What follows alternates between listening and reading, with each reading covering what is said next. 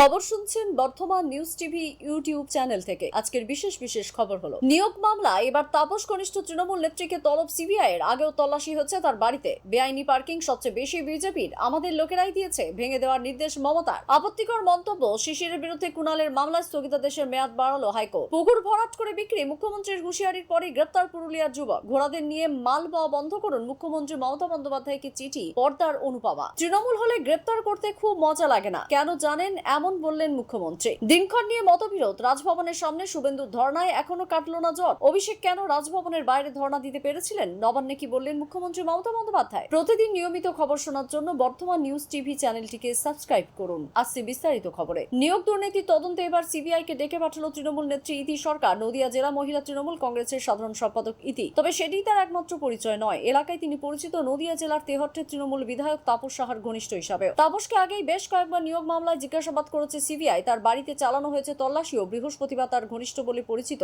ইতিকেও সমন পাঠিয়েছে সিবিআই। এর আগে গত শুক্রবার তাপসকে ডেকে পাঠানো হয়েছিল নিজাম প্যালেস সিবিআই দপ্তরে। সেই দিন তাপসের কণ্ঠস্বরের নমুনাও সংগ্রহ করে সিবিআই। তার 7 দিনের মধ্যেই তাপস ঘনিষ্ঠ তৃণমূল নেত্রী তলব করায় নতুন করে জল্পনা শুরু হয়েছে। প্রশ্ন উঠেছে, নিয়োগ মামলায় কি নতুন কোন সূত্র হাতে এলো সিবিআই এর? এখন খবর শুনছেন বর্তমান নিউজ টিভি থেকে। আমরা এই ভিডিওটিতে 1000 সাবস্ক্রাইবার এবং 2000 লাইক টার্গেট করেছি, তাই একটি লাইক করে আমাদেরকে সাপোর্ট করুন। এর আগে তাপসের বাড়িতে গিয়ে তল্লাশি অভিযান চালিয়ে এসেছিল সিবিআই। 2023 সালে এপ্রিলে সেই তল্লাশি অভিযান চলাকালীন তাপস ঘনিষ্ঠ ইতির বাড়িতেও তল্লাশি চালানো হয়, কিন্তু শেষ পর্যন্ত দুজনের বাড়ি থেকেই তেমন কিছু পাওয়া যায়নি। সিবিআই তল্লাশি অভিযানের পর ফিরে গেলে সেই আনন্দে তাপসের বাড়িতে মাংস ভাতের ভোজও দেওয়া হয় তার অনুগামীদের। ইতিও বলেছিলেন তখন তার দৃঢ় বিশ্বাস ছিল কাকু ফিরে আসবেন, যদিও শেষ পর্যন্ত দুর্নীতির অভিযোগে তাপসের পিছু ছাড়েনি। আজ তাপসের কণ্ঠস্বর পরীক্ষার পর এবার তাপস ঘনিষ্ঠ তথা নদিয়া জেলা মহিলা তৃণমূল কংগ্রেসের সাধারণ সম্পাদক ইতিকেও ডেকে পাঠালেন সিবিআইয়ের গোয়েন্দারা। সূত্রের খবর, ইতি দীর্ঘদিন ধরে বিভিন্ন সরকারি স্কুলের পোশাক সরবরাহের ব্যবসায় যুক্ত।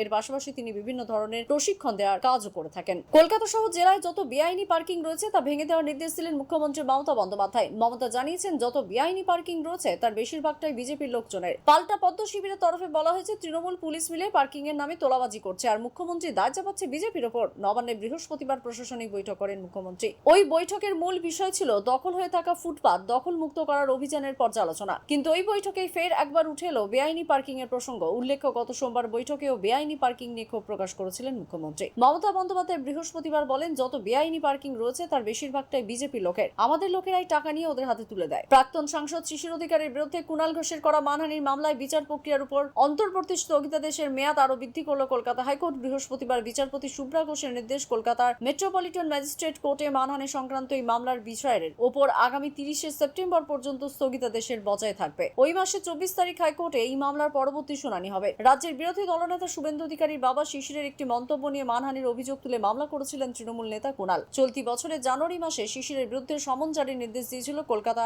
নগরদার আদালত। ওই মামলাকে চ্যালেঞ্জ করে হাইকোর্টের দ্বারস্থ হন শিশির। গত ফেব্রুয়ারি মাসে তার আবেদনের ভিত্তিতে নিম্ন আদালতের বিচার স্থগিত করে দেন। বৃহস্পতিবার তা আরো বৃদ্ধি পেল। প্রসঙ্গত, শিশিরের সম্পত্তি বৃদ্ধি নিয়ে কুণালের অভিযোগের প্রেক্ষিতেই সংঘাতি সূত্রপাত। তৃণমূল নেতা প্রশ্ন তুলেছিলেন নির্বাচন কমিশনে 2009 সালে লোকসভা ভোটে শিশিরের জমা দেওয়া হলফনামা নিয়ে। কুণালের দাবি, সেখানে শিশির তার মোট সম্পত্তির পরিমাণ 10 লক্ষ বলে জানান, কিন্তু কেন্দ্রীয় মন্ত্রী হয়ে প্রধানমন্ত্রীর দপ্তরে জমা দেওয়া ঘোষণাপত্রে তার সম্পত্তির পরিমাণ 10 কোটি বলে জানান। আবার 2019 সালে কমিশনের নতুন জমা দেওয়া হলফনামায় দেখা যায় শিশিরের সম্পত্তি 3 কোটি। কি করে এই ওঠাপড়া চলল তা নিয়ে তদন্তের দাবি করে কেন্দ্রকে চিঠি লেখেন কুণাল। অভিযোগ, এর পাল্টা কুণালকে জেল খাটা আসামি বলে কটাক্ষ করেছিলেন শিশির। খবর শুনছেন বর্তমান নিউজ টিভি থেকে। আসছি পরবর্তী খবরে। পুকুর ভরাট রক্ষা নিয়ে রাজ্যের মুখ্যমন্ত্রী মমতা বন্দ্যোপাধ্যায়ের নির্দেশের পরই তৎপর প্রশাসন। পুরুলিয়ার পুরপ্রধান নবেন্দু মাহালির অভিযোগের ভিত্তিতে সোনু আলমকে গ্রেপ্তার করা হয়েছে। পুলিশ সূত্রে খবর, প্রায় 2020 সাল থেকে ওই পুকুর ভরাট চলছে। ধৃত সোনু আলম ওই পুকুর কিনে অন্যকে বিক্রি করে দিয়েছিল। পুরুলিয়ার পুলিশ সুপার অভিজিৎ বন্দ্যোপাধ্যায় বলেন, পুকুর ভরাট নিয়ে একটি অভিযোগের ভিত্তিতে একজনকে গ্রেপ্তার করা হয়েছে। পুরুলিয়া পুর শহরের 7 নম্বর ওয়ার্ড এলাকায় পাশাপাশি 3টি পুকুর রয়েছে। বেশ কিছুদিন ধরে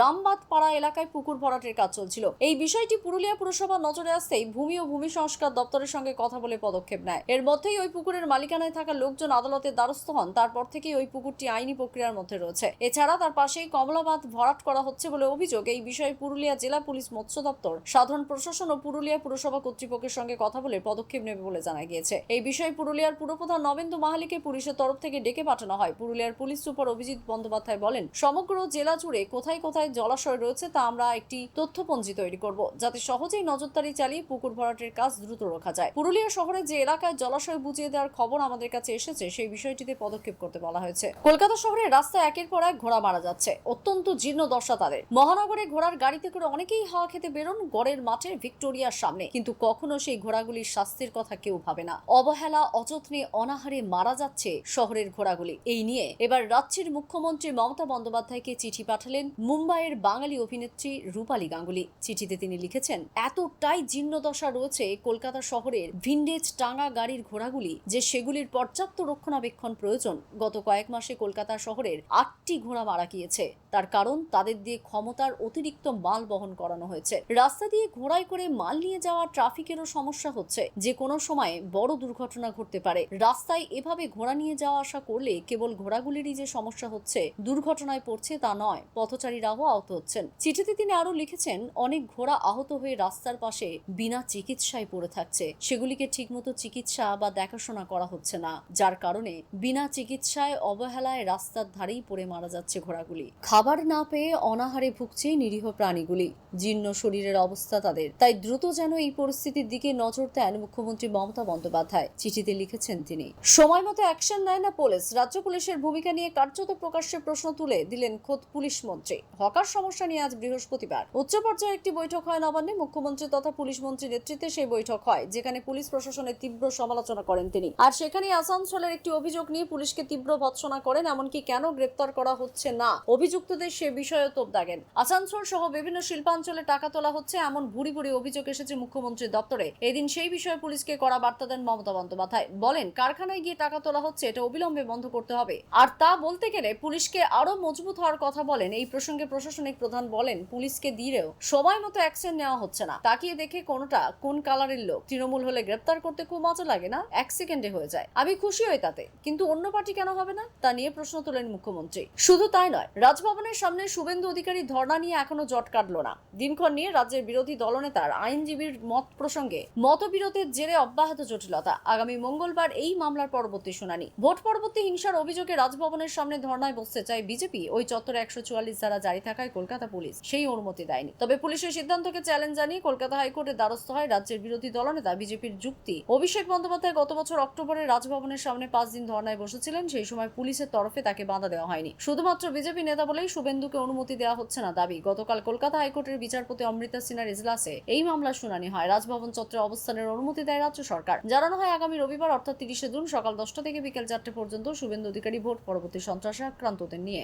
অবস্থানে বসতে পারেন। কিন্তু বিরোধী দলনেতার আইনজীবী জানান, এই রবিবার ধর্ণায় বসতে চান না তারা, তার পরিবর্তে শনিবার ধর্ণায় বসতে চান। কারণ কলকাতা হাইকোর্টের পরামর্শ, তাহলে আগামী 7ই জুলাই অনুমতি দেওয়া যেতে পারে। তার পরিপ্রেক্ষিতে অ্যাডভোকেট জেনারেল কিশোর দত্ত জানান, আমাকে রাজ্যের কাছ থেকে নির্দেশিকা নিয়ে আদালতকে জানাতে হবে। আগামী মঙ্গলবার ফের মামলার পরবর্তী শুনানি। সেই দিনে রাজ্য তরফে এই সংক্রান্ত অনুমতির বিষয়ে জানাবেন অ্যাডভোকেট জেনারেল। সুতরাং ধর্ণার ভবিষ্যৎ নিয়ে এখনো অব্যাহত জটিলতা। রাজভবনের বাইরে গত বছর ধর্ণা মঞ্চ তৈরি করে বিক্ষোভ দেখিয়েছিলেন অভিষেক বন্দ্যোপাধ্যায়। তাই নিয়ে যথেষ্ট রাজনৈতিক ডামাডোল তৈরি হয়েছিল। এতদিন পর সেই বিষয়ে মুখ খুললেন মমতা বন্দ্যোপাধ্যায়। রাজভবন চত্বরে 144 ধারা জারি থাকে, কোন জমায়েতের সভা রাজভবন চত্বরে অনুমতি দেয় না পুলিশ প্রশাসন। তাহলে অভিষেক বন্দ্যোপাধ্যায় কিভাবে সেই ধর্ণা মঞ্চ টানা 5 দিন চালালেন, সেই প্রশ্ন উঠেছিল। বিরোধীরা তাই নিয়ে জোর সওয়াল পর্যন্ত করে। এবার সেই বিষয়ে বক্তব্য রাখলেন মুখ্যমন্ত্রী। অভিষেক বন্দ্যোপাধ্যায় রাজভবনের উত্তরের গেটেই ধর্ণা অবস্থান করেছিলেন। সেই সময় সেখানে কোন রকম 144 ধারা জারি করা ছিল না। মমতা বন্দ্যোপাধ্যায় নবান্নে এই কথা পরিষ্কার জানিয়ে দিলেন, কয়েকজন ওই বিষয়ে রাজনীতি করছেন, কিন্তু আসল কথা জেনে রাখা দরকার, এই কথা বলেন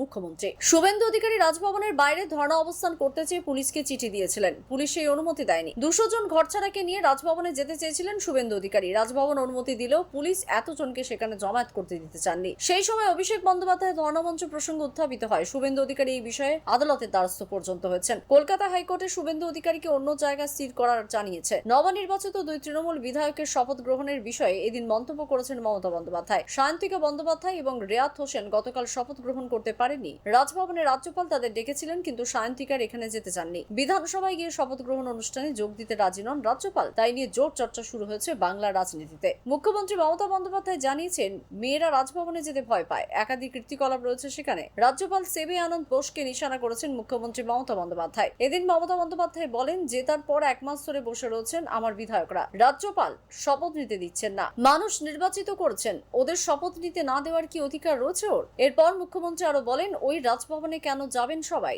রাজভবনে যা কীর্তি, তাতে মেয়েরা যেতে ভয় পাচ্ছেন। আমার কাছে অভিযোগ এসেছে। আজকের মতো খবর এই পর্যন্তই। ধন্যবাদ।